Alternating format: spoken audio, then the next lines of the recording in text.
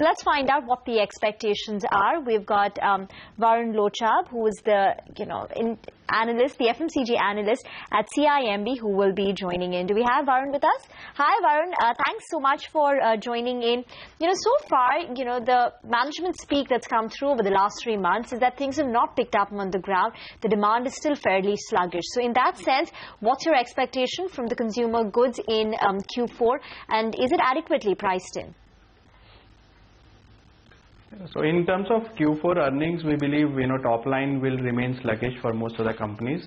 However, margins will see a good uptick, especially gross margins, because of fall in input prices. But based on channel checks, the top line would be sluggish, maybe in some cases even weaker than what we had in Q3. We have not seen any meaningful uptick either in urban or rural consumption trends based on our channel checks and our talks with the various managements. Earning growth for the sector would be in low teens. Again, it would vary a bit from company to company depending on the kind of inputs they had and how much they have fallen, but it will be entirely driven by margins. Top line will be pretty weak. Hi Varun, good afternoon. You've mentioned a weak top line is what you're expecting across the board. Does that mean that we see no recovery in volumes as well? I mean, what are the kind of estimates you have, at least for the biggies? Yeah, so in terms of volume, for Unilever, we believe volumes will remain in 3 to 4% range, so there is no uptick out there. Again, in case of cigarettes, for ITC, there will be a double-digit volume decline as per our estimates for this quarter, given the price hike. So we haven't seen any uptick in terms of cigarette volume trends as well. Similarly, for Dabur or Marico or Colgate, we don't expect any volume uptick on a sequential basis in any of these companies. And pricing for some of the companies, like in case of Unilever, will not be as strong as what we have seen in the previous quarters. So like in Unilever, our top line growth estimate is around 7%, which is quite low compared to what they were doing say last year or even till Q1 of this year. So the pricing component will be lower on a YY basis for most of the companies, and volume growth there will be no uptick as of now. Okay, so in Q3, volumes were sluggish. Q4 will be sluggish, perhaps even worse than Q3. When do you expect the top line to improve for the FMCG companies in FY16? Which quarter perhaps will be the turning point? And do you think street expectations are a bit too high for FY16 and there is a likelihood that they will need to be downgraded? Yeah, so on top line, clearly we believe street expectations will have to be downgraded. Consensus is still building in around 12 to 15% top line growth, which means either volume have to, get a meaningful uptick or pricing has to come back. Now, pricing looks very unlikely given the way commodities are behaving. There is no, inflationary pressure as of now. So, based on our talks with the various managements, the pricing component is going to be lower in FY16.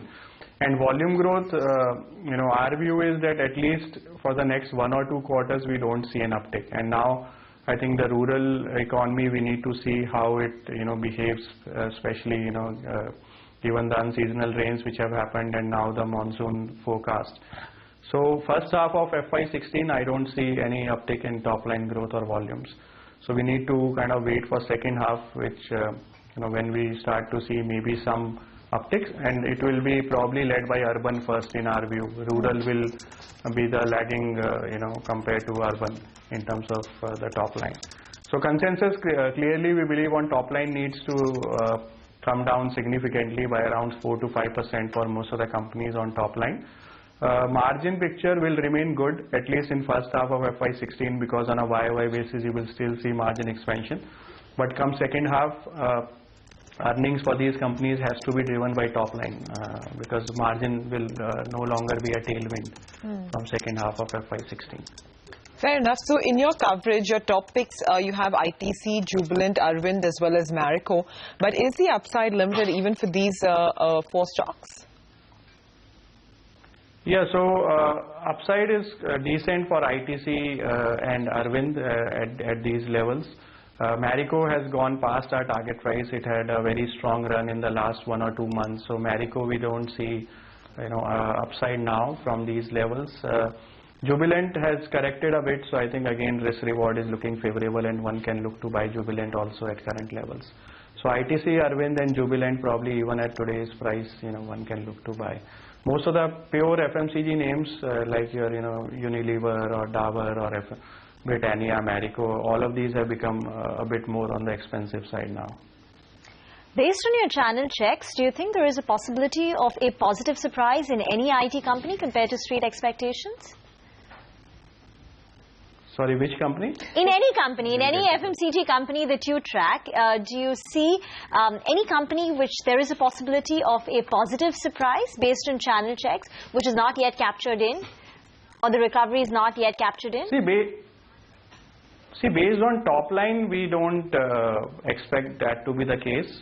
But on margin, some of the companies could surprise positively. So, like as we highlighted in our preview, companies like Asian Paints or Dabur would see decent margin expansion, which will at least drive your EBITDA growth, or even Unilever for that matter. So I think on margins we could see some positive surprise, but on top line, say barring Emami, where they have a very favorable base, we don't expect top line growth of any of the companies to surprise positively.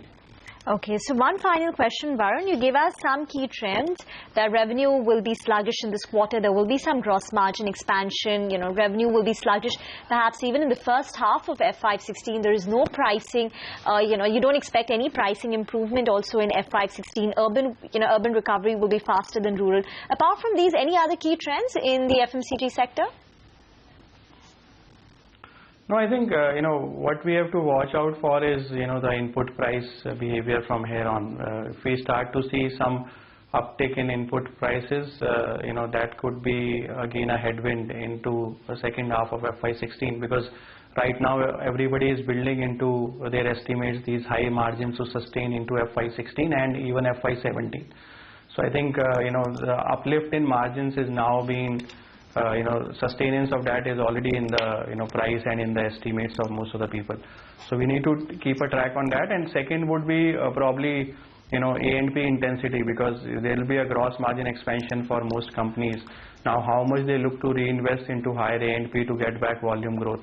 As per our channel checks, as of now the A&P intensity has not gone up in the sector, which means the flow through of margins to EBITDA will be good until Q4. But if in first half companies see that volumes are not picking up and they decide to reinvest a bigger chunk into A&P, then there could be some margin downtick in first half of FY16 itself compared to estimates. All right, Varun, we'll leave it at that. Do you want to give any disclosures? No, so our ratings are already there in the public domain. Nothing beyond that. All right, Varun, thanks very much for joining in with those expectations from the FMCG sector.